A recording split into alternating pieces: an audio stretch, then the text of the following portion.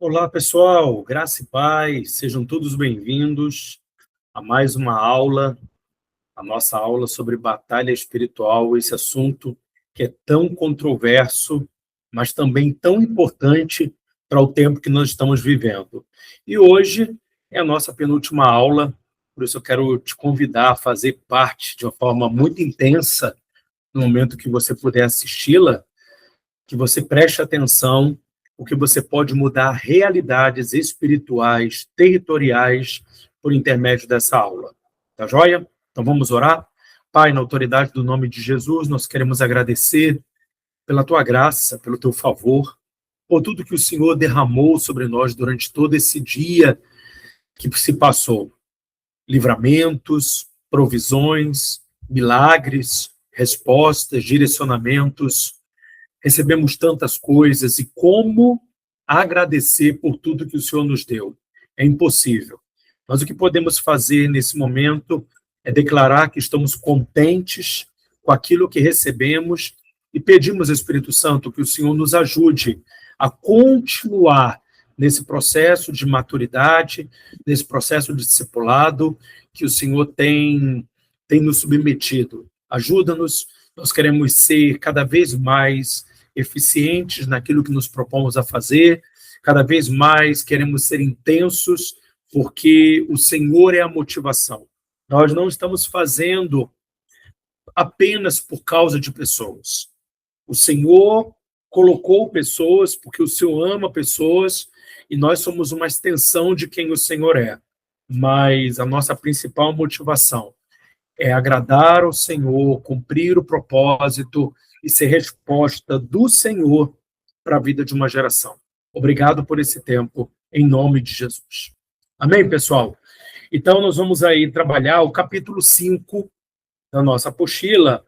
Ele é bem pequenininho, mas eu quero fazer os acréscimos para enriquecer esse entendimento que a gente precisa ter a respeito do território que nós estamos inseridos. Muitas pessoas acham que as coisas elas acontecem porque deveriam acontecer. E sim, as coisas deveriam acontecer daquela maneira, porque para toda ação existe uma reação, porém, nós precisamos compreender que não há neutralidade em nada, em nenhum território há neutralidade. Quando você está em um território, sinais do ambiente, de sentimentos podem se manifestar, revelando quem de fato está operando ou cooperando para que determinadas coisas aconteçam. Sejam coisas boas ou coisas ruins. Não existe neutralidade.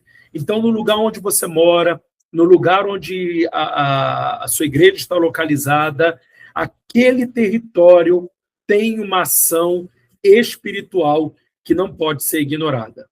Beleza? E aí eu queria, para a gente começar, ler um texto que está lá em Daniel. Abra sua Bíblia comigo, Daniel capítulo 9. Ok? Daniel capítulo 9, a partir do versículo 20. Ok? Só contando aqui um pouquinho do contexto.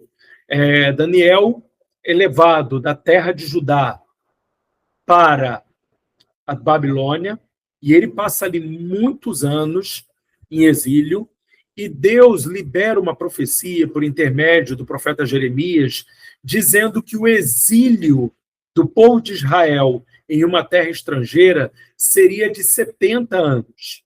Então, Daniel começa a discernir, a partir das Escrituras, que aquele tempo de exílio já havia terminado. E a questão era, se já terminou os 70 anos, por que a palavra do Senhor ainda não se cumpriu sobre nossa nação? Por que nós continuamos ainda exilados, reféns da Babilônia, se nós já cumprimos o tempo determinado de disciplina do Senhor? E a gente precisa entender que aquilo que Deus determina, por mais que exista uma palavra, não é realizável, se a gente pode utilizar essa palavra, né? Eu nem sei se essa palavra existe, mas as profecias não são autorrealizadoras. E a gente precisa discernir o que está acontecendo, o que Deus liberou, e a partir desse discernimento, por intermédio da oração, trazer a vontade de Deus, que está no terceiro céu, sobre a terra. Mas a gente vai encontrar resistência. Ok? Você vai ver isso aqui nessa passagem de Daniel. Vamos ler? E aí diz assim, versículo 20. Falava eu ainda em oração e súplicas, confessando o meu pecado e o pecado do meu povo de Israel, colocando minhas petições diante de Yahvé, o meu Deus, em favor do Monte Santo de Elohim. Então, olha que coisa interessante. Daniel era um homem justo, né? Não justo no entendimento que nós temos hoje na graça, mas Daniel era um homem que, a partir dos seus méritos, que ele buscava servir a Deus com muita integridade. Ele era uma pessoa que buscava obedecer a Deus de todas as maneiras, mas ele sabia que não era perfeito, e ele faz o seguinte, ele confessa, ele entra num processo de oração, suplicando a Deus, e nesse processo, colocando diante do Senhor o pecado dele, ok? E ele também começa a interceder em favor da nação, colocando os pecados da nação, que aí não eram os pecados dele, mas era aquilo que ele sabia que a nação tinha feito que não agradava a Deus. Hoje, como que nós devemos fazer? É importante isso. Por quê? Porque hoje nós já somos justificados. E aí você pode me perguntar, caramba, se eu já sou justo, eu tenho que confessar o meu pecado? Se eu já sou perdoado do meu passado, do meu presente, do meu futuro, eu preciso confessar? Eu preciso, diante de Deus, reconhecer que se há algo em mim que eu ainda não tenha sido convencido, eu preciso pedir ao Espírito Santo que ele me conduza ao arrependimento. A gente precisa lembrar que essa passagem, o Espírito ainda não estava dentro, ele estava apenas sobre. Então, as pessoas, elas se arrependiam a partir do convencimento das suas consciências. Tudo bem? Então, hoje, nós que estamos na graça, que temos o Espírito dentro, como fazemos? Espírito Santo, eu quero começar um tempo de oração, de petição pelo Brasil, de petição pela minha cidade, de petição pelo meu bairro, mas eu quero colocar diante de ti também a minha vida. Se há algo em mim que eu preciso reconhecer e pedir a tua ajuda, traga a minha consciência, ok? E a gente começa esse processo de nos colocar diante do Senhor e aquilo que a gente observa como pecado da nação, do bairro, da cidade, o que a gente faz?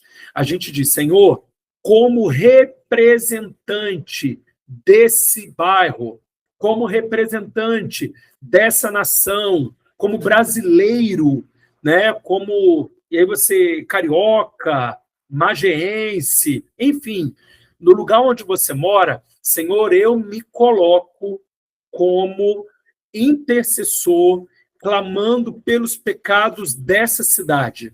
E aí você vai enumerando tudo aquilo que você percebe que fortalece os demônios que estão agindo na localidade que você está inserido, ok? E aí diz assim, versículo 21. Enquanto eu ainda falava com Deus em oração, Gabriel, olha aí o Gabriel, sabe quem é esse Gabriel? O mesmo Gabriel que anunciou a Maria, que anunciou a Isabel o nascimento de João Batista e de Jesus. E aí, Gabriel é um anjo. O que é um anjo? Um anjo, ele é o correio do céu. Ele traz mensagem do céu. Ele serve aos santos, ok? Mas eles não fazem o que nós queremos. Eles fazem o que Deus quer. E se nós pedirmos a eles alguma coisa que Deus tenha nos falado, que esteja em concordância com a vontade de Deus, eles vão se submeter, ok? Por exemplo, vocês têm um ambiente de muita unção e você percebe que há anjos ali, ok? E aí você fala, Senhor, eu estou percebendo que tem anjos aqui, o que o Senhor me orienta? Tem alguma coisa que eu preciso interagir com os anjos? Ok? Você pode interagir com os anjos. Uma coisa muito interessante que quando minha mãe estava doente, eu estava no quarto, né, ali com ela, aqui em casa ainda, e tomando conta, né, para que ela, caso ela precisasse de alguma coisa, eu estivesse ali. Na hora que eu estava orando pela minha mãe, eu vi um anjo do lado dela. E aí o interessante é que eu me desesperei. Eu falei, meu Deus, minha mãe, vai acontecer a coisa que eu mais temia. Minha mãe vai morrer aqui em casa. E na hora que eu estava ali orando, né, falando em línguas, o Senhor falou comigo, fale com ele, pode falar com ele. E eu olhei para ele, estava do lado da cama da minha mãe, olhando para ela, para mim, ele falou, cara, eu pensei, né, ele vai pegá-la e vai levar agora. E aí eu falei com ele assim, olhei para ele, o interessante é que eu não falei com a boca, eu falei com a cabeça, com a mente, né? Eu falei para ele, ela vai morrer? Olhando para ele. E ele olhou para mim e eu entendia o que ele falava. Sem abrir a boca, ele disse assim, ainda não.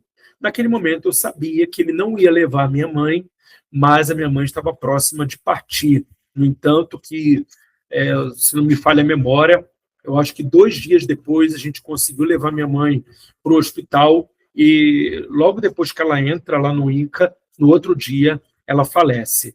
Entendeu? Então, você precisa perguntar para o Senhor, Senhor, eu estou vendo aqui uma movimentação angelical, e aí? Deixa eles fluírem, o Senhor já deu os comandos, ou eu preciso interagir com eles? Tudo bem? Anjos não têm asas, são pessoas muito parecidas conosco, com roupas reluzentes, não existe feminino de anjo, tá? Isso é muito importante, não existe feminino de anjo.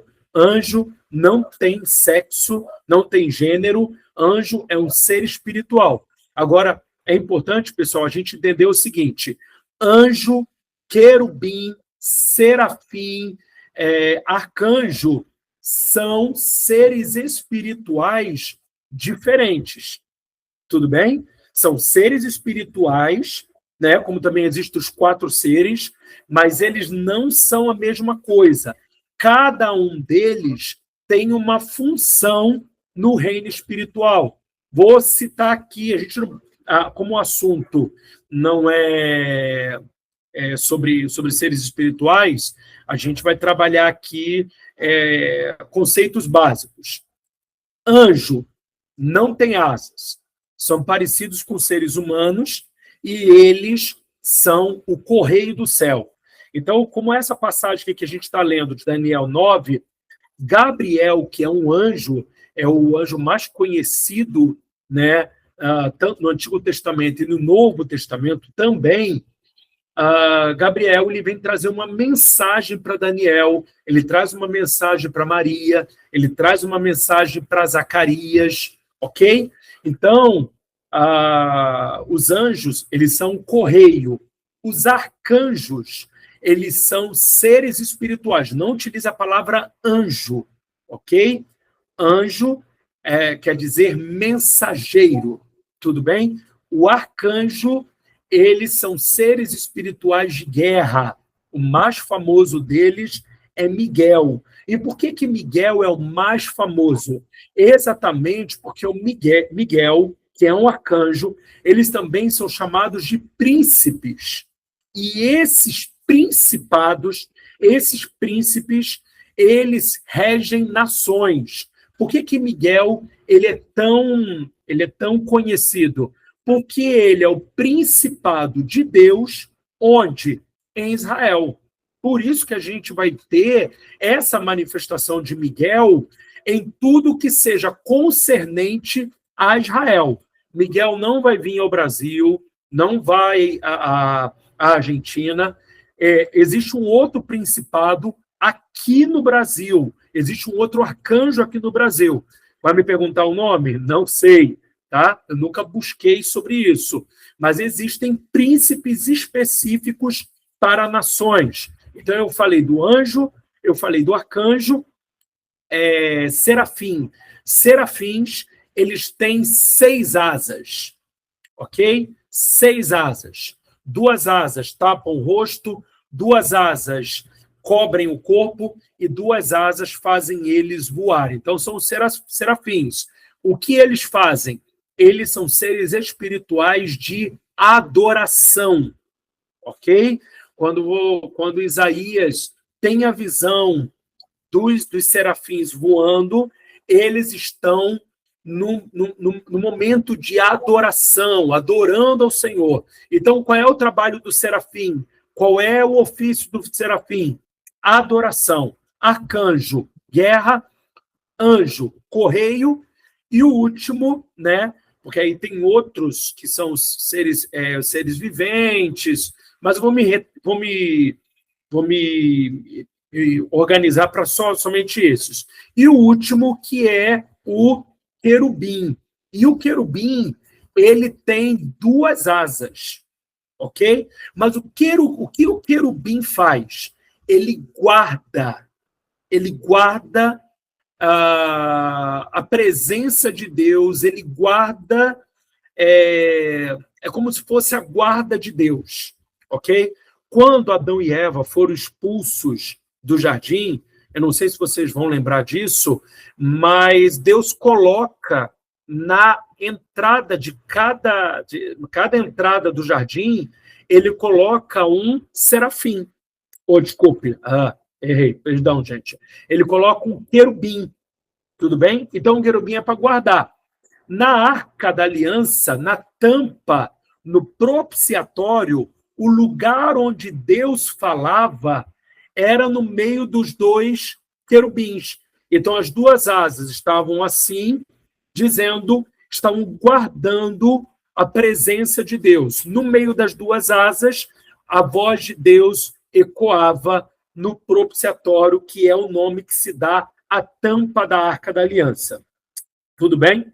Então, voltando aqui para o texto, pessoal, diz assim, enquanto eu falava com Deus em oração, Gabriel, o homem que eu tinha observado durante a minha visão anterior, perceba que ele parece com um ser humano, parece com um homem, veio voando rapidamente para onde eu estava, bem na hora do sacrifício vespertino, ou seja, o sacrifício da tarde.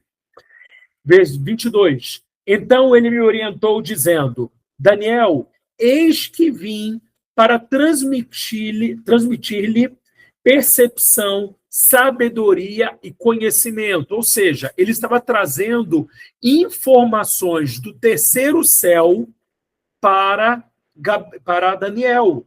Daniel estava recebendo ali o correio do céu, trazendo aí o informante do céu, trazendo percepção, sabedoria, ou seja, como ele deveria lidar com as questões, porque sabedoria é saber lidar com o meu cotidiano, da maneira de Deus, e o conhecimento eram as informações do que realmente, de fato, estava acontecendo. Versículo 23. Assim que iniciaste as tuas orações, o teu clamor, houve uma resposta e uma ordem para que eu viesse entregá-la a ti pessoalmente, pois tu és muito amado. Olha só que coisa tremenda. Quando Daniel começou a orar, Deus já enviou Gabriel para trazer as informações. Então, entenda, quando nós oramos, nós estamos pedindo a Deus respostas. E por que a resposta não vem, às vezes, rápido? Isso é algo importante para que você fique atento. A resposta, muitas vezes, não vem rápida por causa da batalha espiritual que está acontecendo onde? No segundo céu. Então, vamos lá. Versículo 24.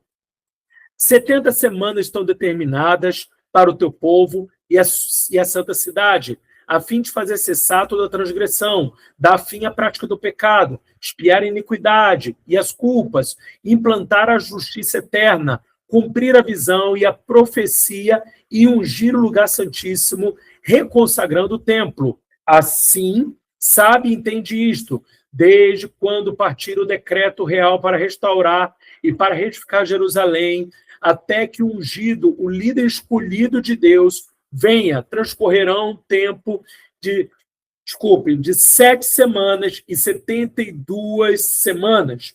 Então a cidade será reconstruída com ruas e praças. E aí eu não quero me prender nesse texto, porque o Gabriel ele está trazendo informações para que Daniel entendesse tudo que está acontecendo. Então está dizendo o tempo, está trazendo o que vai acontecer, informações. Aí eu quero que você pule comigo para o capítulo 10 de Daniel. Ok? E aí, no capítulo 10 de Daniel, olha que coisa interessante. Eu vou ler a partir do versículo 1. No terceiro ano de Ciro, imperador persa, Daniel, também conhecido como Beltesazar, em aramaico, recebeu a revelação divina. A profecia era verdadeira e falava nos tempos hostis e guerras. Na visão que teve, ele compreendeu bem a mensagem que segue. Eis que naqueles dias, eu, Daniel, estava chorando por 3 semanas inteiras, não comi nada que me parecesse agradável, nem carne, nem vinho, entraram na minha boca, nem me ungi com óleo, até que se cumprisse as 3 semanas completas. Ungir com óleo, pessoal, é porque o cabelo ficava desgrenhado. Naquela época não tinha condicionador, não tinha shampoo. Então, o que é que eles faziam? Eles passavam óleo na cabeça para que o cabelo não ficasse desgrenhado e aí houvesse aí uma hidratação. Por quê? O cabelo desgrenhado era uma maneira visível de humilhação. Então, toda pessoa que não passava óleo na cabeça, ela estava se humilhando diante de Deus e as pessoas iriam perceber isso. Ok? E ele faz esse jejum porque ele precisava compreender o que Deus estava fazendo. A nossa motivação de fazer um jejum nunca é forçar que Deus faça o que nós queremos, mas o motivo do jejum é sempre compreender o que Deus quer que façamos. Então, o jejum é a maneira de nós humilharmos o nosso corpo e colocarmos totalmente a nossa alma e o nosso espírito à disposição de compreender o que Deus está fazendo no céu para que possamos refletir aqui na terra, ok? E aí, versículo 3, não comi nada que me parecesse agradável, né? Já li, versículo 4. No dia 24 do primeiro mês, eu me encontrava em pé junto à margem de um grande e rápido rio, que era o Tigre. Olhei para cima e diante de mim estava um homem vestido de linho, com um cinto de ouro puríssimo na cintura. Seu corpo brilhava como berilo e outras pedras preciosas, e rosto iluminado como relâmpago, os olhos como tochas acesas, os braços e as pernas reluziam como bronze polido, e sua voz soava forte e grave como o barulho das multidões. Só eu, Daniel, contemplei aquela visão. Os homens que estavam na minha companhia não conseguiram ver, foram acometidos de tanto pavor que fugiram apressadamente do local e se esconderam.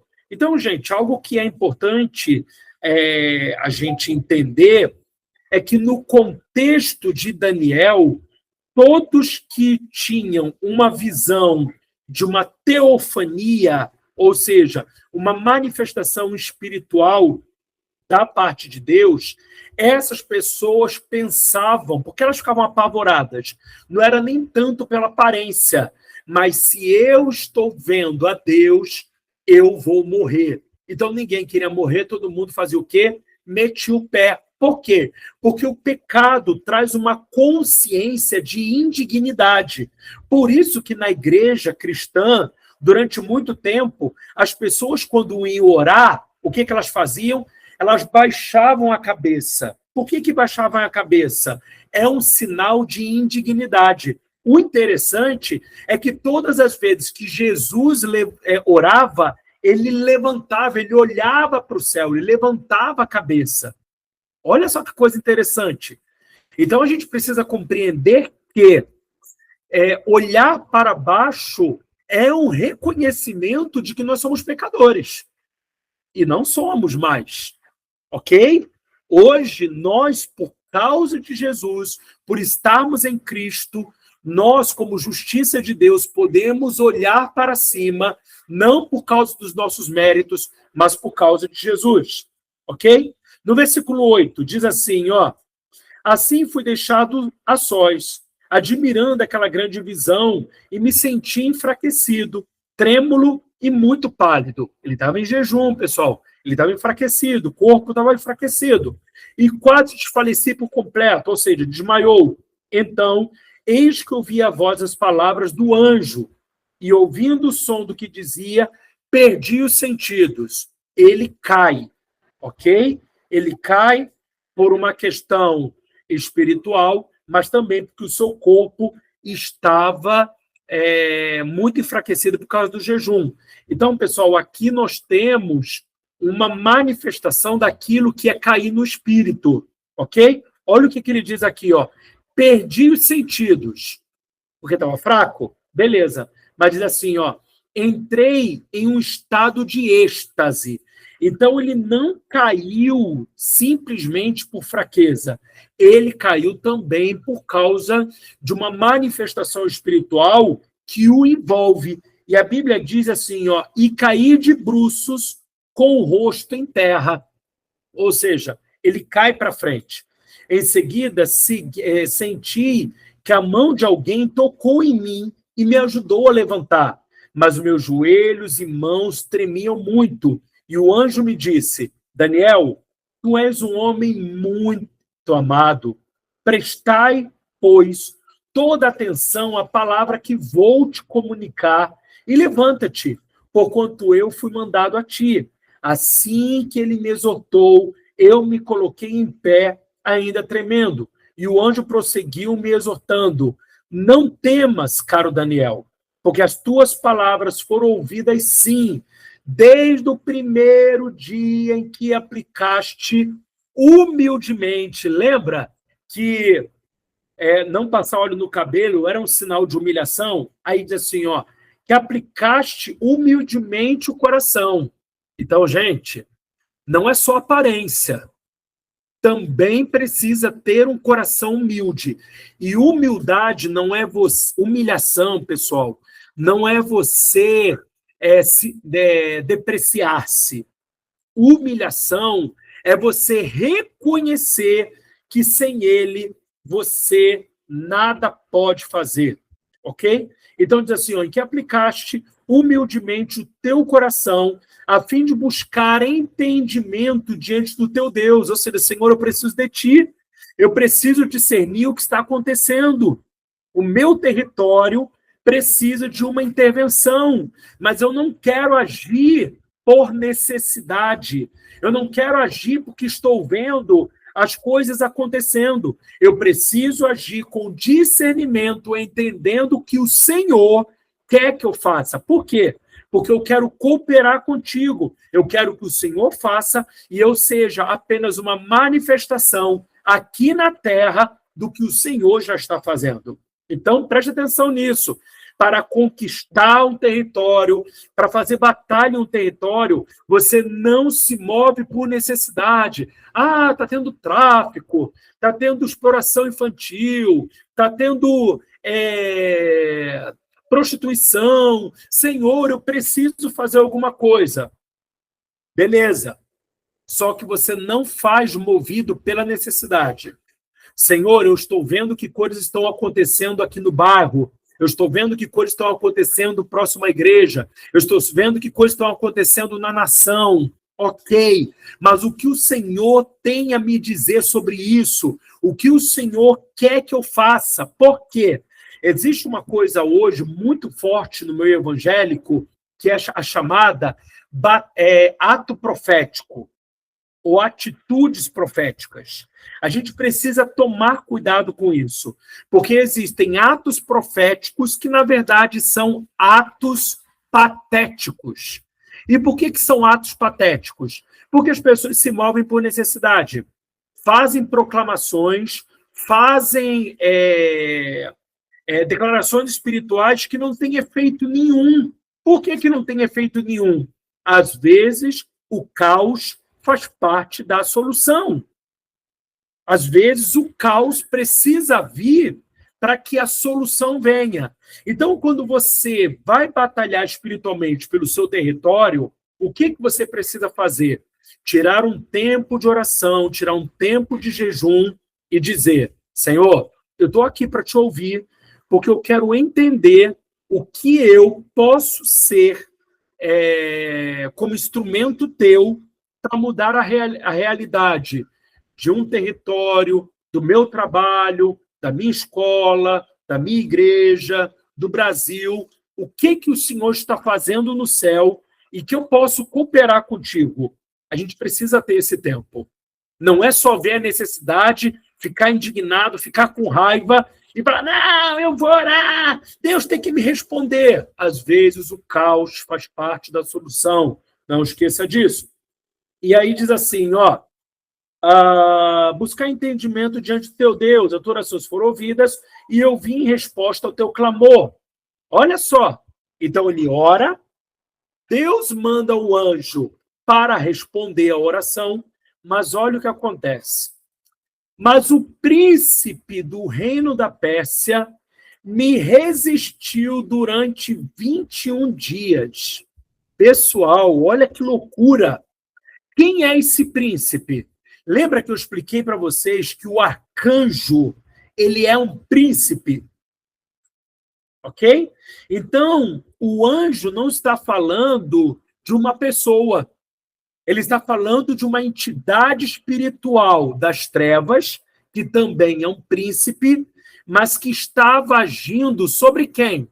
Sobre a Pérsia. Olha só, o principado da Pérsia, o principado de Satanás da Pérsia, impede o anjo de chegar até Daniel. Por quê? Porque o anjo estava trazendo informações que poderiam mudar a realidade da Pérsia. E aí o que Deus faz? Então Miguel, um dos príncipes supremos, lembra que Miguel é um arcanjo? Um dos príncipes supremos veio, me ajudar a vencer o inimigo, porquanto não pude mais continuar ali com os reis da Pérsia.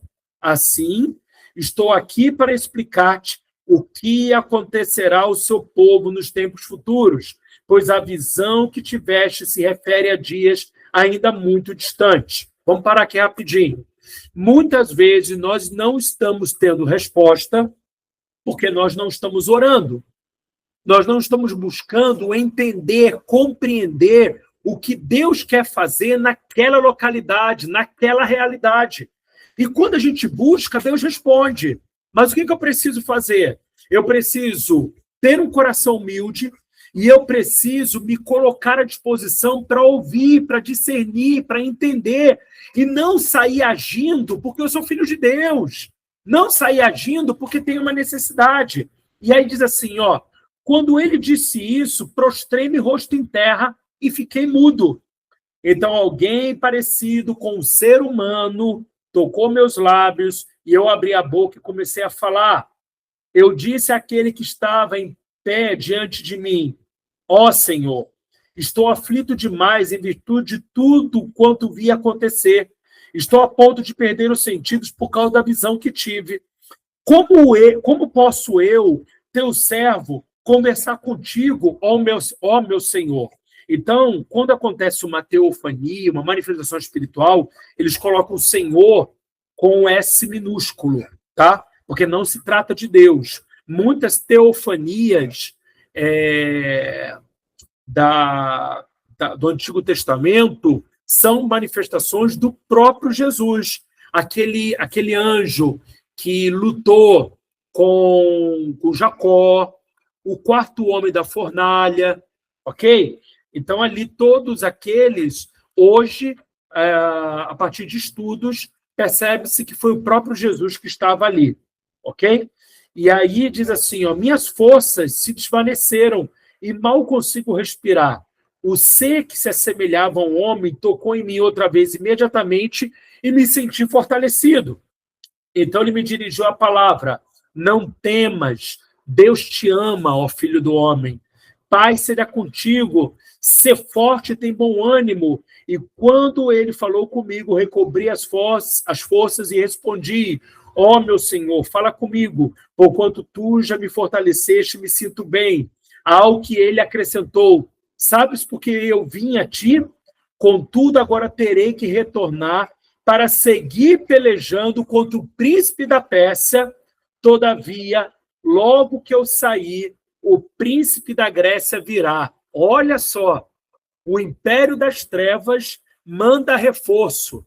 Agora, um outro arcanjo do império das trevas, de Satanás, virá para lutar juntamente com o principado da Pérsia. Antes, porém, eu te declararei, o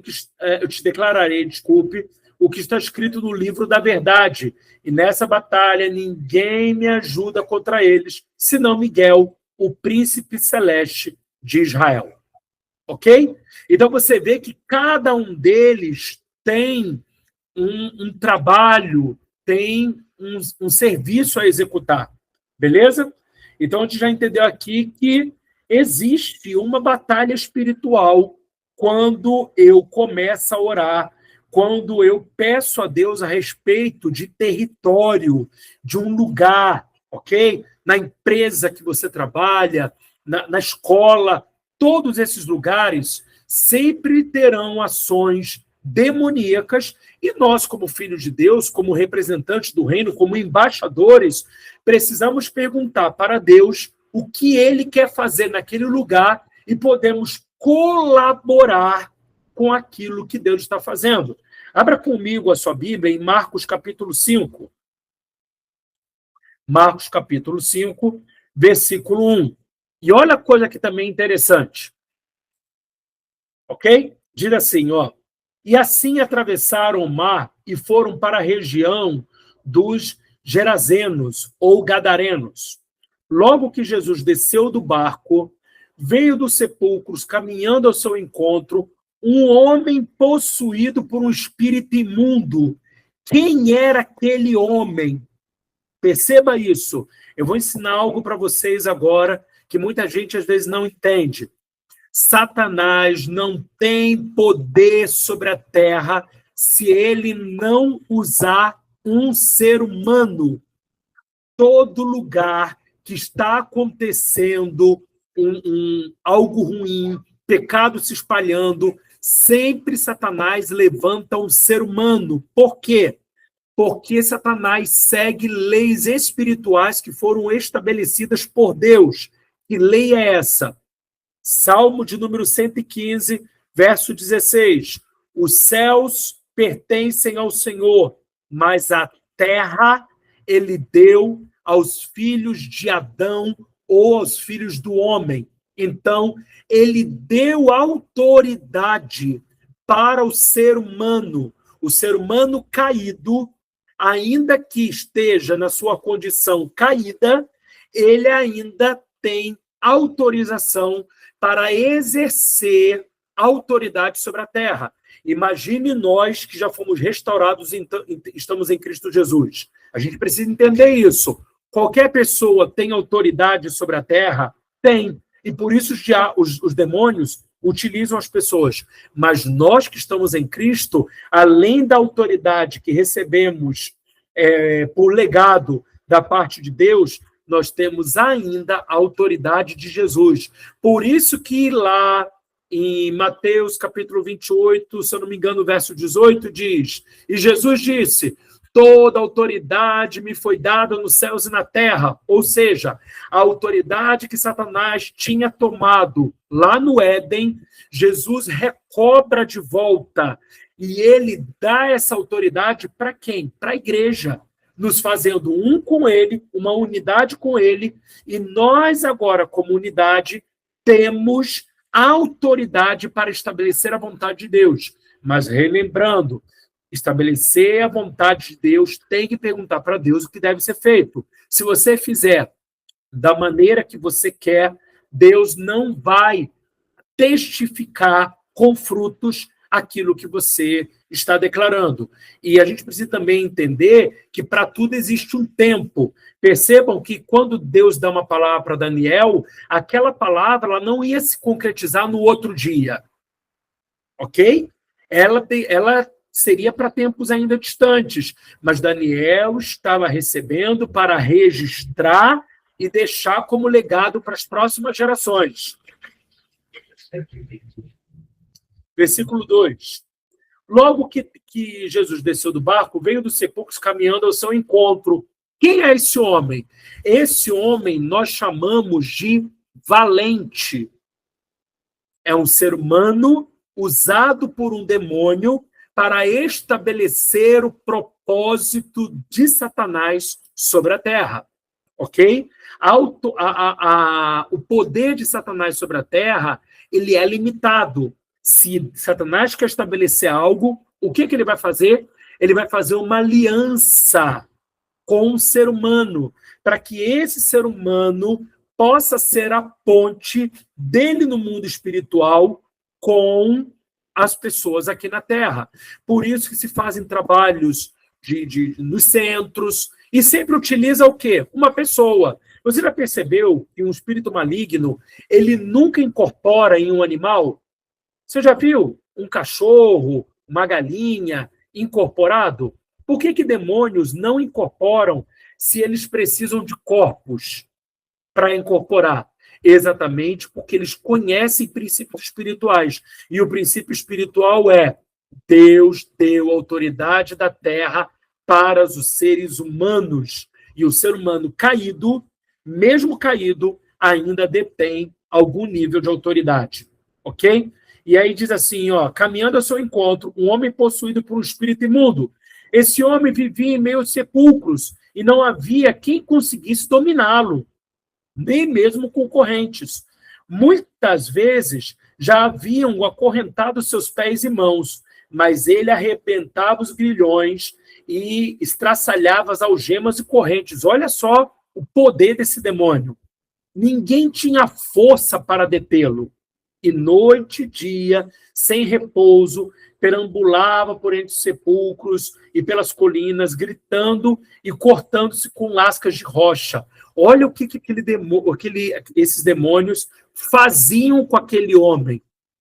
Traziam terror para a vida daquele homem e para toda a comunidade. Todo mundo estava debaixo de uma opressão, de um medo, por causa daquele demônio que utilizava uma pessoa para estabelecer o medo.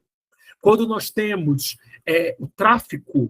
o tráfico utiliza valentes, que são os traficantes, para estabelecer terror, para estabelecer medo dentro de uma empresa. Às vezes alguém vai ser levantado pelo diabo para exercer autoridade e trazer problemas, trazer animosidade, ok? Existe uma batalha espiritual. Só que a gente precisa compreender o seguinte: a nossa batalha não é contra aquela pessoa que levantou como valente. A gente não tem que ficar com raiva da pessoa. A gente precisa pedir estratégia a Deus para que Deus liberte a pessoa, ok? E também que Deus nos ajude a lançar fora aquele demônio, né? E aí diz assim, versículo 6. Desculpe. Ao avistar Jesus, ainda de longe, correu e atirou-se aos seus pés. E clamou aos berros: que queres de mim, Jesus, Filho do Deus Altíssimo? Suplico-te por Deus que não me atormentes. Pois Jesus já havia ordenado: sai deste homem, espírito imundo. Mas olha só, tem uma chave aqui. Todavia, Jesus o interrogou: qual é o teu nome? Respondeu ele: meu nome é Legião, porque somos muitos. E implorava insistentemente para que Jesus não os mandasse para fora daquela região. Olha só, o problema daqueles demônios não era simplesmente ser expulso do valente. Não nos expulse da região. Por quê? Porque aqueles demônios, eles tinham sido enviados como demônios territoriais. Percebem? Demônios territoriais. Eles estavam trazendo algum tipo de opressão, de terror àquela região. E olha o interessante que Jesus não liberta o homem, mas não os manda embora. Por quê, pessoal? Porque não era aquilo que Jesus devia fazer naquele tempo, não é aquilo que Deus estava fazendo. Meu Deus! Deus está vendo que aquela região está sendo oprimida, que aquela região está sendo dominada por demônios. Será que Deus não está vendo isso? Claro que Deus está. Primeiramente, o propósito de Jesus não era libertar aquela região deveria ser liberta posteriormente pelos discípulos, pelos apóstolos, perfeito? E a segunda coisa, que é o mais importante, as pessoas daquele lugar não estavam preparadas ainda para receber o evangelho. E vocês vão ver o porquê. Vamos lá? Versículo 11. Enquanto isso, perto dali, numa colina vizinha, uma grande manada de porcos estava pastando. 12. Foi então que os demônios rogaram a Jesus: manda-nos para os porcos, para que entremos neles. E Jesus lhes deu permissão, e os espíritos imundos deixaram o homem e entraram nos porcos. E a manada, com cerca de 12.000 porcos, atirou-se do precipício abaixo, em direção ao mar, e nele se afogaram. Beleza? Foram para os porcos. O que todo mundo deveria. Glória a Deus, esse homem que estava endemoniado, que estava oprimido, que estava se acabando, esse homem, ele agora foi livre, aleluia. Não foi isso que aconteceu. Lembra que eu falei com vocês que aquelas pessoas não estavam preparadas para receber ainda o evangelho? Gente, tudo tem um tempo e um modo. Quando Deus não faz algo, não é que Deus não ame, não é que Deus não queira. Deus precisa preparar o território, porque toda semente lançada em uma terra que não esteja preparada, aquela semente vai morrer, aquela semente vai ser devorada pelos demônios, aquela semente vai ser lançada aos porcos, né? Literalmente. E aí diz assim, 14. As pessoas que apacentavam os porcos fugiram e relataram esses fatos na cidade e nos campos, e todo o povo correu para ver o que se havia passado. Quando chegaram próximo de Jesus, observaram ali o homem que fora tomado por uma legião de demônios, assentado, vestido e em perfeito juízo, e ficaram assustados. O que as pessoas deveriam fazer? Glorificar a Deus. Meu Deus, que coisa maravilhosa! Mas as pessoas estavam com os olhos onde? Nas finanças, na economia de Gadara. E olha o que diz ali. Os que presenciaram os fatos narraram ao povo que havia corrido com o endemoniado e contaram também sobre os porcos. Então o povo começou a implorar a Jesus que se afastasse daquela região que lhes pertencia. Eu vou parar aqui. Vocês perceberam? As pessoas não estavam querendo a presença de Jesus. Muitas vezes Deus não está fazendo em um território porque, além da necessidade, pessoal, Deus conhece o coração das pessoas ali. E a gente precisa levar isso em consideração na batalha espiritual. Quando você for evangelizar, quando você for tratar de uma região, não trate apenas dos problemas latentes. Às vezes nós estamos vendo ali situações terríveis acontecendo. O que nós precisamos orar? Senhor, revele o coração daquelas pessoas. Por quê? Porque às vezes a intervenção que nós teremos irá prejudicar interesses da região. E as pessoas vão olhar para você e dizer, fora daqui. Ok? Então, a gente precisa tomar cuidado com isso. Amém? É importante. Eu quero que a gente agora leia uma outra passagem que está em Lucas, capítulo 11. Nós vamos ler a partir do versículo 14, para que a gente possa entender o contexto do que eu vou explicar para vocês, que é mais ou menos o que eu já falei sobre o valente, mas eu quero mostrar o texto bíblico. Ok? Lucas 11, a partir do versículo 14. Diz assim: de outra feita, Jesus expulsou um demônio que estava mudo. Assim que o demônio saiu, o homem falou e a multidão ficou maravilhada. Entretanto, alguns deles o censuraram. Ora, ele expulsa demônios pelo poder de Beelzebu, o príncipe dos demônios. Olha só. E outros ainda, apenas para prová-lo, pediam dele um sinal do céu. Mas, conhecendo ele o que se lhes passava pela mente, ok, pessoal? Mente, coração, tudo a mesma coisa, afirmou-lhes: todo reino dividido contra si mesmo será arruinado. Da mesma forma que uma casa dividida contra si mesma ruirá. Ora, se assim também Satanás estiver dividido contra si mesmo, como é possível que seu reino subsista? Expresso-me desta forma, pois dizeis que eu expulso demônios por Beelzebu. Então, qual é o assunto aqui, pessoal? Contexto. O assunto aqui é demônio. Jesus estava explicando o porquê que a narrativa deles não era plausível. Vocês estão dizendo que eu expulso demônios por Beelzebu, mas como Satanás pode trabalhar dividindo a sua casa? Não tem lógica isso. Vocês não entendem nada de mundo espiritual. Versículo 19. Sendo assim, se eu expulso demônios por Beelzebu, por quem os expulsam vossos filhos? Ok?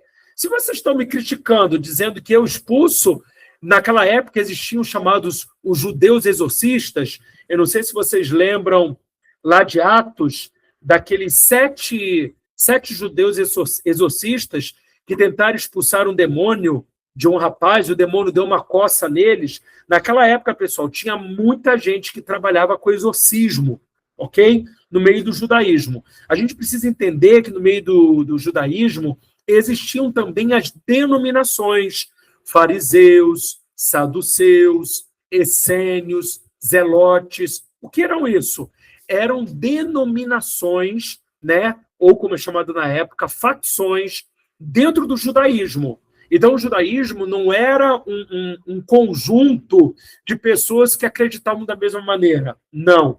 Tinham ali crenças diferentes. Né? Por exemplo, fariseus. Fariseus acreditavam em anjo, acreditavam em ressurreição. Meu Deus, agora me fugiu aqui. Fariseus, os saduceus. Os saduceus, que eram sacerdotes, eles não acreditavam em ressurreição, não acreditavam em anjos. E aí, até quando Zacarias, pai de João Batista, ele tem a experiência do anjo conversando com ele, ele fica atônito. Por quê? Porque a vida toda ele tinha aprendido que não tinha essas manifestações mais, que já havia cessado. E aí ele tem um anjo, que é o Gabriel, aparecendo diante dele. E aí o que o anjo faz? O anjo deixa ele mudo, ok? Para que ele tivesse mais certeza. E aí diz assim, versículo 19: por isso, eles mesmos serão os vossos juízes. Ou seja, vocês querem saber por quem a gente expulsa demônio? Vá perguntar para os exorcistas dentro do judaísmo, então, já que vocês estão aí questionando a minha autoridade. Versículo 20. Todavia, se é pelo dedo de Deus que eu expulso os demônios, então, com toda certeza, é chegado o reino de Deus sobre vós. Lembre que o assunto aqui, nesse texto, é demônio. Está falando sobre o império das trevas. Desculpe. Versículo 21. Quando um valente, ou aqui na minha versão, um homem forte, bem armado, guarda a sua casa, guarda o seu território, seus bens estão seguros. Quem é o homem forte? Quem é o valente? É essa pessoa que o demônio levanta para guardar um território, para ter legalidade, autoridade sobre um território. Quando você chega num lugar, você precisa identificar quem é que está trazendo o problema, para você começar a orar por aquele que está trazendo o problema e Deus revelar quais são as estratégias que você vai precisar agir naquela localidade e também a respeito do valente. Versículo 22. Mas quando alguém mais forte o ataca e o vence, nós, que estamos em Cristo, somos mais fortes do que qualquer demônio, somos mais fortes do que qualquer pessoa, nós temos como vencê-lo, mas a gente precisa compreender como que Deus quer que faça. Você percebe que Jesus sempre agia de forma diferente nos lugares que ele ia. Por quê? Jesus não seguia uma fórmula. Ele obedecia às orientações de Deus que ele recebia por intermédio da oração. Tira-lhe a armadura em quem confiava e divide seus bens que lhe restaram. Toda pessoa que não está comigo, contra mim está. E aquele que comigo não ajunta, espalha. Então, pessoal, a gente precisa entender o seguinte. Eu quis ler todas essas passagens para trazer esse entendimento. Existe um território? Não existe neutralidade. O diabo sempre vai enviar demônios territoriais, sempre vai levantar um valente para que possa estabelecer os decretos espirituais. Uma coisa que também é muito interessante, você sabia que quando você vai fazer um trabalho no centro, não é você que escolhe o lugar onde você vai despachar o trabalho. É sempre a entidade que determina onde vai ser, ok? Dependendo do trabalho, você tem lugares diferentes, encruzilhada, cachoeira, banco, na rua, né, na gameleira, enfim, existem vários lugares para você, dependendo da finalidade do que você quer fazer. Então, é importante que a gente busque a Deus quando a gente quer entrar para libertar um território. Sem discernimento espiritual, o que nós fazemos são atos patéticos. Amém? Essa coisa de profetizar, pessoal, a gente profetiza o que a palavra diz. Eu posso declarar sobre uma pessoa o que a palavra diz, eu posso declarar sobre um território o que a palavra diz, mas para que haja uma transformação, de fato, o que eu preciso? Eu preciso entender o que Deus quer que eu libere. Por isso que quando nós estamos, por exemplo, num culto, eu cheguei num culto e eu estou vendo que o ambiente está pesado, que o negócio está difícil, o que a gente começa a fazer? A gente começa a falar em línguas. Por quê? Porque quando você fala em línguas, você está abrindo mão das sugestões, das percepções que a sua alma está recebendo pelos 5 sentidos. Então, a gente olha para o louvor, a gente olha para as pessoas e a gente começa a fazer um monte de conjecturações na alma. E como é que a gente para de fazer as conjecturações? Falando em línguas. Quando você começa a falar em línguas, o que o Espírito Santo vai fazer? Ele vai começar a te dar percepção e direcionamento do que você deve fazer ali. Ok? Porque aí você neutraliza a sua mente, que quer te dar um monte de palpite, e você começa a receber direções, começa a declarar isso, começa a declarar aquilo. E a gente precisa sempre declarar a partir da posição que nós estamos. Onde nós estamos? Nas regiões celestiais. Em quem? Em Cristo. Então, eu tenho a mesma autoridade que Cristo, eu tenho a mesma unção, então eu falo não a partir daquilo que eu quero que aconteça, mas a partir da vitória já conquistada na cruz do Calvário. Então, nós começamos uma intercessão declarando, na autoridade do nome de Jesus, com a autoridade que eu recebi como filho de Deus, estando em Cristo, assentado nas regiões celestiais, debaixo da autoridade daquele que é a estrela da manhã, daquele que é o sol da justiça, ele que é o maravilhoso conselheiro, Deus forte, Pai da eternidade, leão da tribo de Judá, o Cordeiro de Deus, é a partir dele que eu declaro. E aí você começa a declarar, e você vai ver os céus se abrindo no culto, você vai ver os demônios não resistindo. Por quê? Porque os demônios que estão ali, eles entenderam que você não está falando a partir de uma consciência de apenas declarar, mas a partir da revelação de quem você é, de quem você se tornou em Cristo Jesus e quem está te dando legalidade e autoridade para falar. É muito poderoso isso, ok? Quando você vai interceder pelo seu trabalho, interceder pela escola, a gente parte da mesma maneira, falando em línguas e depois sempre levantando o nome de Jesus, falando, eu estou nele, eu estou em unidade com ele, eu declaro a partir do que ele está me mandando dizer e a partir também da palavra de Deus. Eu posso declarar sobre uma situação lendo a palavra. Tem muita gente que faz uma coisa chamada orar a palavra. O que é orar a palavra? Você abre um texto bíblico, né, que Deus está ministrando no seu coração, e você começa a ler a palavra. Como, por exemplo, vou fazer aqui, ó, uma maneira de, se Deus mandar um dia você ler e você orar, né, uma palavra. Vamos ver aqui um texto. Vou ler, pessoal, o Salmo 91, que é um salmo que eu conheço, que eu consigo mais contextualizar, tá bom? Então, olha só, eu estou ali no meio da batalha e eu estou vendo que muita gente,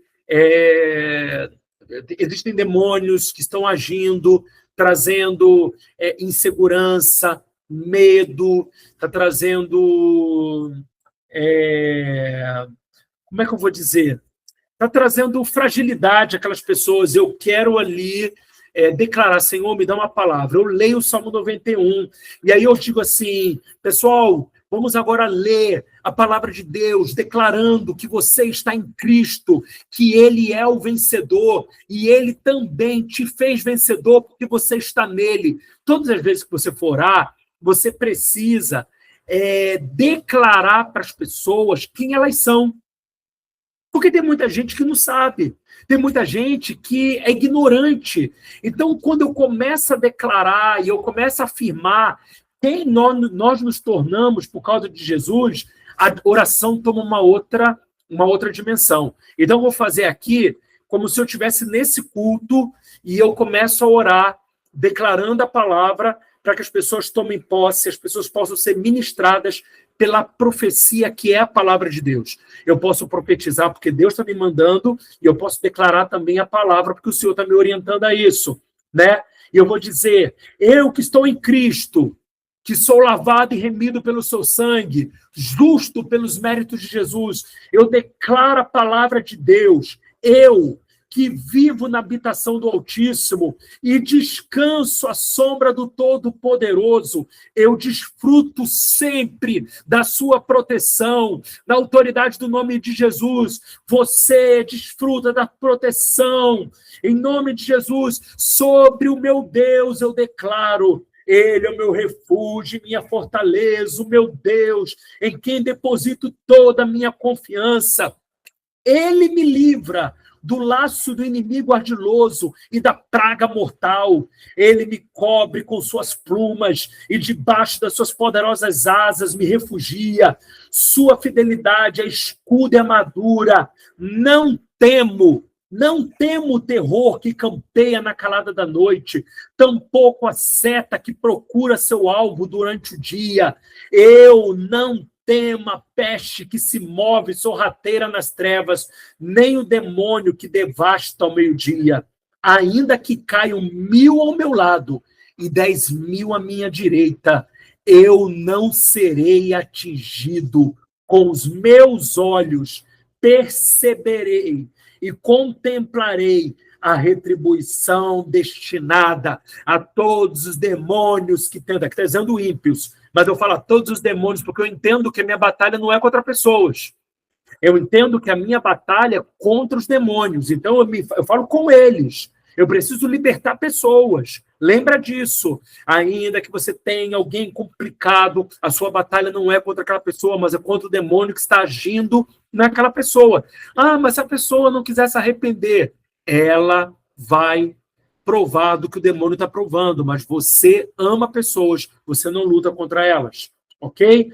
Porquanto afirmo, o Senhor é meu refúgio e fiz dele, do Altíssimo, a minha morada. Nenhum mal me alcançará, desgraça alguma chegará à minha tenda. Ok? Li aqui até o versículo 10. Deu para compreender, pessoal? Então, na batalha espiritual, territorial, eu oro dessa maneira. Eu declaro a palavra. E quando eu for declarar aquilo que que o Espírito Santo está me ordenando, né? Deus está me ordenando uma palavra profética, uma profecia, eu vou falar a partir do lugar que eu estou em Cristo, ok? Um ato profético, pessoal. Vamos supor aqui que Deus mande pegar a bandeira do Brasil e jogar água como se Deus estivesse lavando a nação. Não faça isso por moda, não faça isso porque todo mundo faz. Faça porque o Senhor está mandando você fazer, ok? Então, eu já vi gente pegar a bandeira do Brasil e jogar água. O que é água, gente? Água simboliza a limpeza, mas água simboliza também o Espírito, simboliza a palavra. Então, você tem que aí utilizar os elementos, o óleo, fala da unção, ok? A gente precisa utilizar elementos que Deus traga à nossa mente. O que é o nome disso? O nome disso chama-se atos proféticos ou atitudes proféticas. A palavra profética é aquilo que Deus vai liberar através da nossa boca, sempre em concordância com a palavra. E se você vai utilizar o Antigo Testamento, você tem que tomar cuidado para você não declarar algo que é contrário à nossa realidade espiritual. Então, eu li aqui o Salmo 91, porque é um salmo que eu já tenho uma certa facilidade, familiaridade, mas quando você for ler uma palavra, leia primeiro para você saber como aplicá-la diante da realidade que nós hoje desfrutamos por causa de Jesus. Jesus mudou toda a realidade do Antigo Testamento para o Novo. Então, a gente precisa compreender que aplicar da maneira correta também é uma maneira de você profetizar e profetizar corretamente. Beleza? Então, vamos lá. Voltando aqui para a apostila, porque a apostila ela fala de alguns pontos que são muito interessantes para quando a gente vai fazer um trabalho em conjunto. Por exemplo, para igrejas que trabalham em células, quando uma célula vai batalhar por uma... Desculpa, eu jantei e estou aqui cheio. Vai batalhar por um território... Só um minuto, pessoal.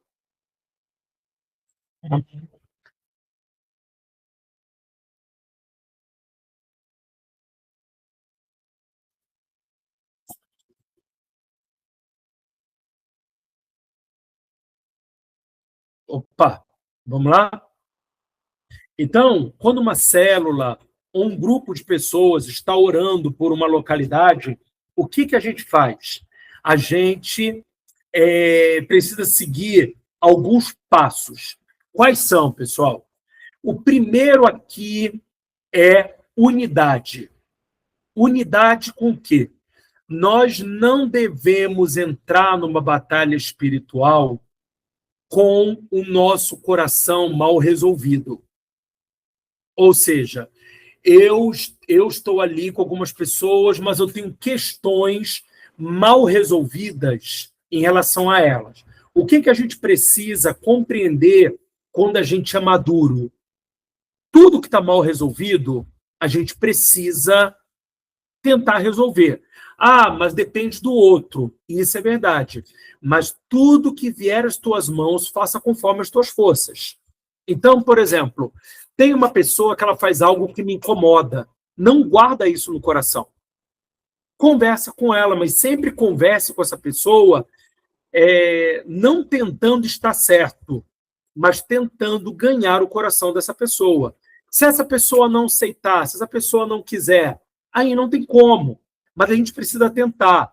Né? Em Mateus, acho que Mateus capítulo 16 ou capítulo 18, eu posso dar uma olhada aqui. Jesus ele orienta como que nós devemos tratar um irmão ofendido, um irmão que acha que a gente pecou contra ele, ok? E aí, é Mateus 18, pessoal, tá? Aí diz lá, versículo 15, se teu irmão pecar contra ti, vai, em particular, com ele, converse sobre a falta que cometeu. Então, qual é o protocolo, pessoal, para a gente entrar em batalha espiritual e entrar certo? Se tem alguém que faz alguma coisa que te incomoda, chama essa pessoa para conversar. Você não comenta isso com ninguém, você fala com ela, você e ela somente. É uma coisa que tem que tratar com ela, não tem que envolver outras pessoas, ok? Aí diz assim, se ele te der ouvidos, ganhaste o teu irmão. Qual é o objetivo da conversa? Não é estar certo, mas é tirar dúvidas e ganhar o coração do irmão, ajudar o irmão, servir de suporte. Porém, se ele não te der atenção, versículo 16, hein?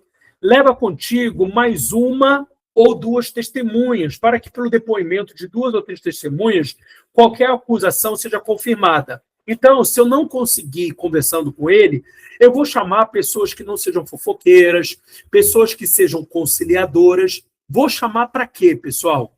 Vou chamar para uma conversa. Vou chamar para tentar que essas pessoas sejam mediadores e me ajudem a chegar a um consenso. Ou eu me alinhar, ou a pessoa. Ok? Versículo 17. Contudo, se ele se recusar a considerá-los, diz-o a igreja. A igreja aqui não é congregação. Igreja fala de liderança, os líderes da igreja. Ok? Eu falo com os líderes da igreja, os representantes da igreja. Então, se ele se negar também a ouvir a igreja, trata-o como pagão ou publicano, ou seja, trata como alguém que não conhece a Cristo. Então, o que eu preciso compreender? Quando eu estou mal resolvido com uma pessoa, eu preciso resolver. Por quê, pessoal? Presta atenção nisso. Eu estou abrindo uma oportunidade para o diabo? Mas a questão não é nem essa. Quando nós estamos mal resolvidos com pessoas, o nosso discernimento fica comprometido. Porque o nosso discernimento pode ser contaminado pelos nossos sentimentos. Então, se resolver com uma pessoa me livra de dar uma oportunidade para o diabo encher meu coração de um monte de conjecturação, porque é assim que o diabo trabalha, ele enche tua cabeça de um monte de conjecturação. Eu sou uma pessoa assim. Tem alguma coisa para resolver? Eu chego e falo assim, olha, eu posso conversar com você? Eu já queria te pedir perdão, né? Eu tô muito incomodado com uma situação, mas eu queria te ouvir, eu queria conversar sobre essa situação. Isso se trata de um irmão. Se é uma pessoa que não é crente, eu tento também conversar, mas se eu percebo que essa pessoa ela é mal educada, ela é uma pessoa que não gosta de ouvir, que não é humilde, eu tento. Se não der certo, vida que segue, não guardo rancor, eu sigo a minha vida. Mas, com pessoas na igreja, eu tento sempre seguir esse protocolo de Mateus 18. Eu vou até a pessoa, falo do que incomoda, falo assim, olha, eu posso estar errado no que eu penso, mas eu gostaria de te ouvir, eu gostaria de entender por que você faz isso me incomoda, e eu não quero que nada entre na nossa unidade. Por quê? A temática aqui é unidade. Então, a Bíblia diz, lá em Efésios capítulo 4, que eu preciso caminhar em unidade. Como é que eu caminho em unidade com o meu irmão? Vivendo em paz com ele, vivendo em shalom, nada quebrado, nada faltando, nada fora do lugar. Se alguma coisa está quebrada com o meu irmão, eu vou lá consertar. Se alguma coisa está fora do lugar com o meu irmão, eu vou lá consertar. Então a gente precisa trabalhar com paz. Vou lá bater um papo com meu irmão. E unidade, pessoal, também fala de nós buscarmos e entendermos qual é a vontade de Deus para aquilo. Unidade não é apenas a gente estar junto. A gente pode ser saco de batata quando unidade fala de purê. Purê, cada um perde as suas características. E cada um luta por uma coisa só, que é o próximo tópico. Qual é o próximo tópico? Mentalidade de reino. Ok? Então, o que é mentalidade de reino? Aqui não é a minha vontade, não é o que eu quero, não são os meus interesses. Aqui é a vontade de Deus. E se não acontecer o que eu estou buscando, nunca coloque os seus interesses em algo que Deus está mandando você fazer. Deus pode te frustrar. Deus pode me frustrar em que sentido? Você, às vezes, está fazendo algo buscando reconhecimento ou buscando uma posição. Deus pode não te dar essa posição simplesmente porque o teu coração não está certo. Mas por que Deus mandou fazer? Porque Deus queria te ensinar. Não esqueça que nós somos filhos e todo filho precisa ser disciplinado. O que é disciplina, gente? Alinhamento, ensino, educar. Então, a gente precisa compreender que mentalidade de reino eu estou em um lugar não buscando reconhecimento, não buscando interesse, nem buscando posição. Eu estou ali porque Deus me mandou estar, eu estou ali porque o Senhor tem algo para fazer, e o que importa é a vontade de Deus e não o que eu almejo. Muitas pessoas, elas se movem basicamente porque elas têm carências de aceitação, carência de reconhecimento, de validação, e aí ela busca algo, Deus está me dando algo porque é minha oportunidade de aparecer. Não, Deus está te dando algo porque Ele quer que você seja participante do que Ele está construindo. Ok? Quiseram levantar Jesus como rei. Existia todo um cenário propício para que Jesus fosse estabelecido como rei. Todo mundo ali levantando, Hosana, Hosana. A palavra Hosana, pessoal, ela significa salva-nos, salva-nos. Ele estava ali todo mundo, Hosana, Hosana, Jesus entrando, profecia, tudo beleza, sentado, o teu rei virá sentado num filho de jumenta, no jumentinho, tudo favorável.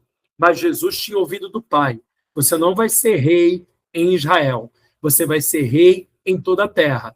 E para ser rei em toda a terra, você vai precisar entregar a sua vida em favor de quem não merece, em favor de quem não tem nada para te oferecer. Pelo contrário, hoje é teu inimigo, hoje te odeia e vão te odiar ainda mais, mas você precisa se entregar por eles, para que no futuro eles entendam que tudo que você fez foi por amor. Beleza? E aí a gente entra em crise. Por quê? Porque a gente quer validação. A gente quer reconhecimento. Ô Deus, vem cá aí. Não vão falar o meu nome? Não vão reconhecer, não vão colocar meu nome numa lápide, né? Dizendo, olha como Valmer fez. Eu não me interesso por reconhecimento. Para mim é até melhor que não digam o meu nome. O que eu estou buscando? Eu sou filho. Toda a validação que eu precisava, eu já recebi. Sou filho de Deus, amado, justificado. Eu já estou nele. Então, a gente precisa caminhar com essa mentalidade. Pare de fazer as coisas buscando reconhecimento, porque a gente se frustra. Buscando posição. Se Deus quiser te dar uma posição, cara, ninguém vai impedir. Ninguém poderá impedir. Por quê? Porque Deus é aquele que age. Deus vai fazer com que tudo aconteça para que você seja. Então, eu preciso obedecer a Deus, eu preciso amar a Deus, e as demais coisas vão me buscar, vão correr atrás de mim. Beleza? Então, pessoal, mentalidade de reino. Participamos de apenas um reino e eu preciso cooperar com esse reino. Não, vai ser fulano que vai aparecer. Não tem problema. Mas vai ser fulano que vai receber os louros. Glória a Deus. Alguém precisa mais do que eu. Eu já tenho reconhecimento. Eu já tenho Deus que está trabalhando para que eu assuma uma posição de influência para a glória dele. E ponto final. Posição, gente, na guerra. O que é isso? Eu preciso compreender que, por causa de Cristo, eu já estou posicionado pela fé a exercer a autoridade de Jesus nos lugares onde ele me enviar. Durante muito tempo, a igreja ficava assim, não, para fazer evangelismo a gente precisa se preparar. Para fazer isso ou aquilo, a gente precisa se preparar. E por que as pessoas tinham sempre que se preparar?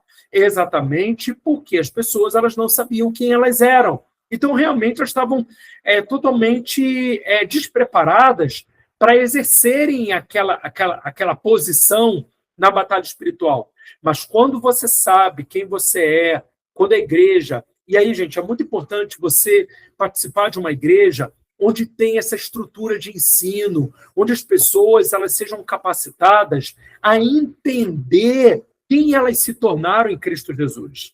Ok? Então, a posição para a guerra, qual é? Eu sou perdoado, eu sou amado. Então, se eu cometer algum pecado, eu estou invalidado de participar daquela guerra? Não. O que eu preciso fazer?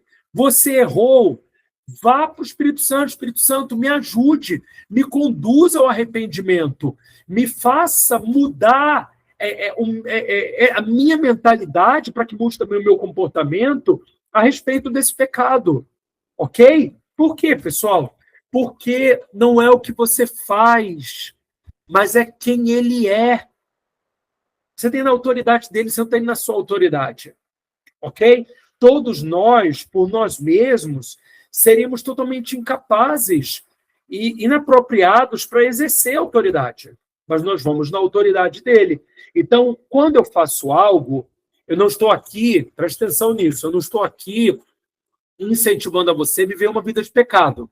Se você quer viver uma vida de pecado, você já está fora da graça. Porque a graça não é capacitação para você pecar. A graça é capacitação para que você viva uma vida longe do pecado. E não quer dizer que você não vá pecar. Faz parte do processo.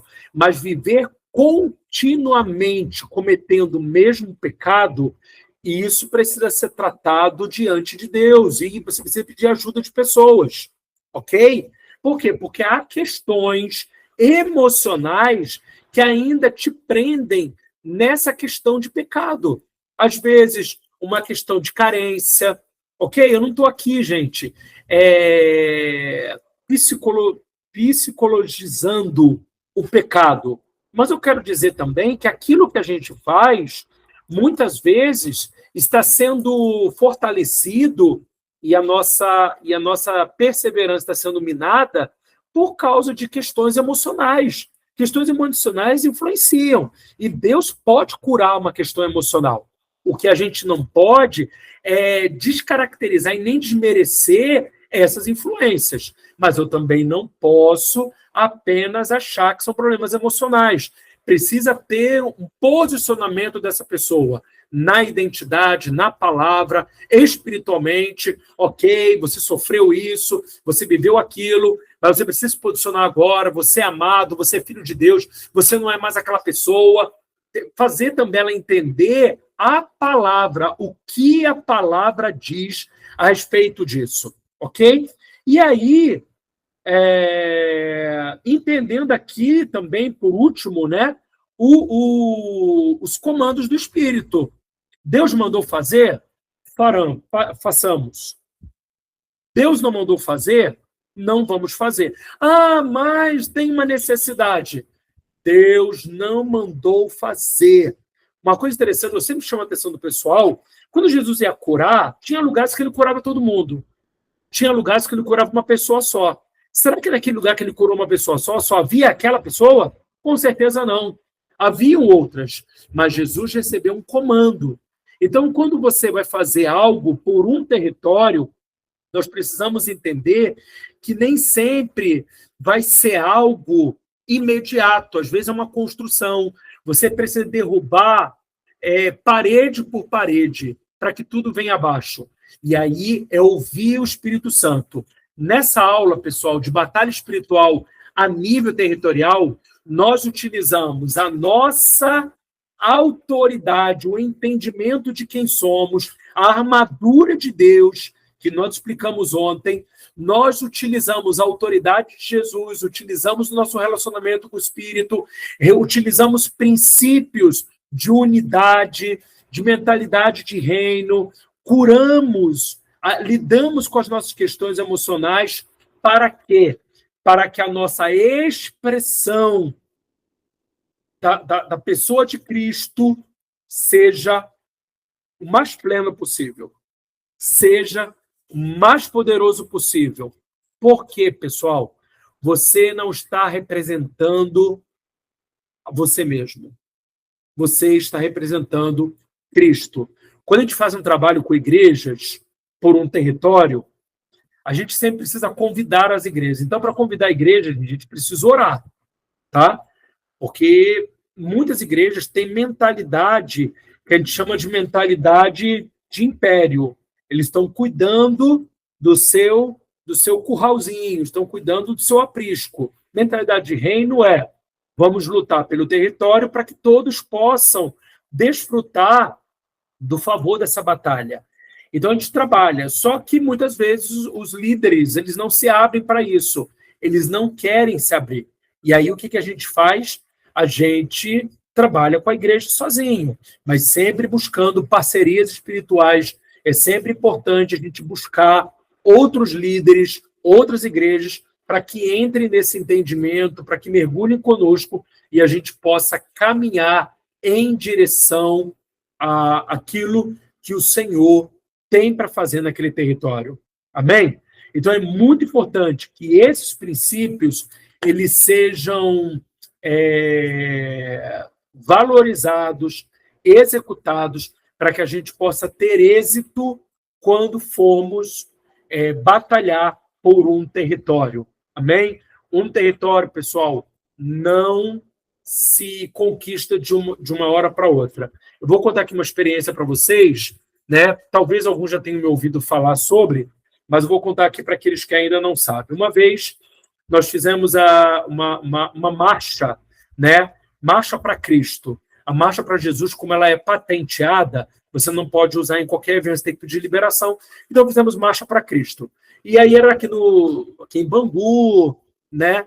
E eu fiquei responsável pela oração, pela intercessão. E aí, o que eu fiz? Eu falei, pessoal, mandem os líderes, quero várias igrejas participando, mandem os líderes de oração, pessoas que sejam envolvidas com oração, para a gente poder orar pelo bairro, entender aquilo que o Senhor estava querendo, né? Vieram muitas pessoas não perseveram, e aí um grupo ficou. E eu comecei a ensinar esses princípios para esse grupo, e um dia nós fomos colocar em prática, porque a marcha estava marcada para uma data, e os pastores queriam fazer atos proféticos, ações proféticas em cada rua de uma rua principal que nós temos aqui, que é o Rio da Prata. E aí o que eu fiz? Eu fui com esse grupo orando em cada uma dessas ruas que cruzava essa avenida principal. E quando nós chegávamos nessa rua, a gente chegava falando em línguas e falava: Senhor, faça com que a terra nos diga, nos comunique o que está acontecendo na rua e quais os demônios que estão trabalhando ali. Gente, era fantástico. Por quê? Porque eu pedi para o pessoal colocar a mão na terra, no chão. A gente fez isso à noite, imagina, todo mundo achando que a gente era maluco. A gente colocava a mão no chão, começava a falar em línguas, e dentro da nossa cabeça vinham palavras, pecados, e a gente começou a notar, como se fosse um dossiê, né? A gente começou a anotar pecados e tal, e anotamos, fizemos, acho que de umas 15 a 20 ruas, e chegamos num lugar que era um campo de futebol, onde a marcha iria se concentrar, tinha um palanque e tal. E aí o Senhor falou conosco, com esse grupo, dizendo assim, ó, o nome dessa praça, desse campo de futebol, é Complexo do Esquecimento. Aí eu falei, pessoal, Deus está falando isso, Complexo do Esquecimento. Eu falei, beleza, Senhor, não existe esse nome na prefeitura, mas o que o Senhor está querendo comunicar a nós? E Deus falou, eu quero que vocês declarem que a prefeitura do Rio de Janeiro vai se lembrar desse lugar. Beleza, anotamos, e aí foi separado para cada um dos pastores, que eles iriam orar, fizeram derramamento de óleo na rua, nas esquinas, né?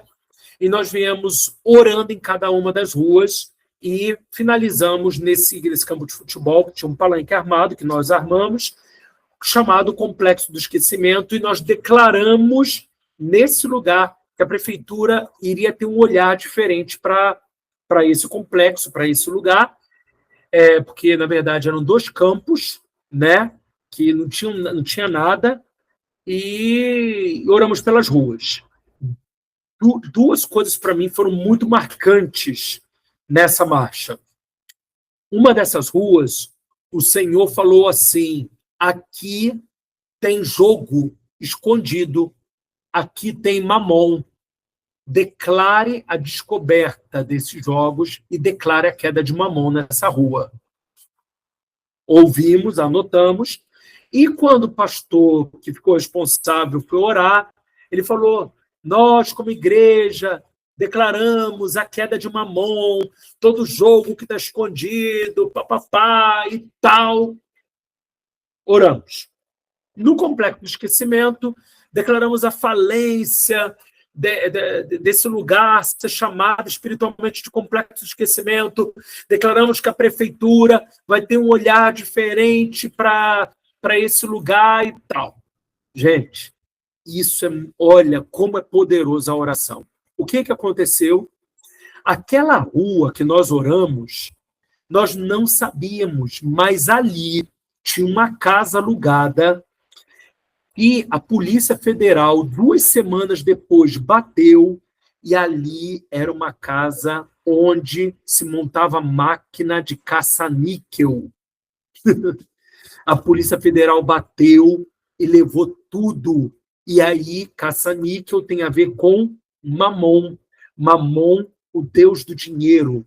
E o Complexo do Esquecimento, o que virou um campo de futebol, virou uma praça muito bonitinha que a prefeitura revitalizou, plantou árvores, ficou toda bonitinha. E o outro campo de futebol, que era esquecido, era um lamaçal tremendo, virou uma clínica da família da prefeitura. Olha o poder da oração. Mas nós não oramos de uma forma genérica. Senhor, faça. Não. Nós tomamos o cuidado de ouvir a Deus. Senhor, o que o Senhor quer comunicar nesse lugar? O que o Senhor quer ministrar nesse lugar? Quais as tuas liberações? Quais são as tuas palavras nesse lugar? Gente, isso é poderoso. Troque as fórmulas pelo rema. O que é rema? É a palavra grega para a palavra revelada. Existem 2 palavras, logos, que é a palavra escrita, e rema, que é a palavra revelada. Receba a palavra revelada e libere, porque tudo que Deus criou foi por intermédio da palavra, e Deus pode transformar realidades onde você está, se você buscar direcionamento e ouvir a Deus. Porque quando você fala o que Deus está falando, Deus vai ouvir Ele falando através de você. Amém? E Deus ama ouvir a Ele mesmo através de nós. Amém, pessoal? Alguém tem alguma dúvida? Alguém gostaria de perguntar alguma coisa a respeito dessa lição? Amém. Tá, foi ok, Valmer. Tô aqui prestando atenção. Ficou claro? Para mim tá muito bem explicado. Amém, amém. Então, pessoal, nós vamos orar para finalizar o capítulo de hoje, ok? Sexta-feira que vem vai ser a nossa última aula. Oriento a vocês que não percam, exatamente porque ela vai ser uma aula sobre autocuidado, autolibertação, né? Então, a gente precisa aí, no nome de Jesus, nos debruçar nessa aula maravilhosa que vai ser na próxima sexta-feira. Amém? Pai, na autoridade do nome de Jesus, obrigado por todo esse tempo onde nós aprendemos sobre como nos posicionar em um território. Todo lugar que nós estamos tem uma regência espiritual, seja ela da tua parte, seja ela do inferno. E nós queremos cooperar para que aquele território, aquele lugar, desfrute daquilo que o Senhor está fazendo. Mas nós entendemos que todo território precisa de guardiões. Então, nós precisamos de corações que estejam abertos para ouvir a mensagem que salva, a mensagem que liberta, para que sejam levantados guardiões daquele território no nome de Cristo Jesus. Ajuda-nos nisso, Espírito Santo. Nós precisamos de Ti, que o Senhor nos levante como uma voz profética que possa agrupar pessoas para declarar, para liberar o Teu favor em nome de Jesus. Obrigado por esse tempo, obrigado pela Tua palavra. É o que nós te agradecemos em nome de Cristo Jesus. Amém. Que Deus abençoe vocês, pessoal. Graça e paz. Até a próxima sexta-feira. Segunda-feira, vocês têm aula com o pastor Genilson. Fala, Dani. Eu falei amém, amém. Amém? Então tá bom. Deus abençoe, pessoal. Graça e paz.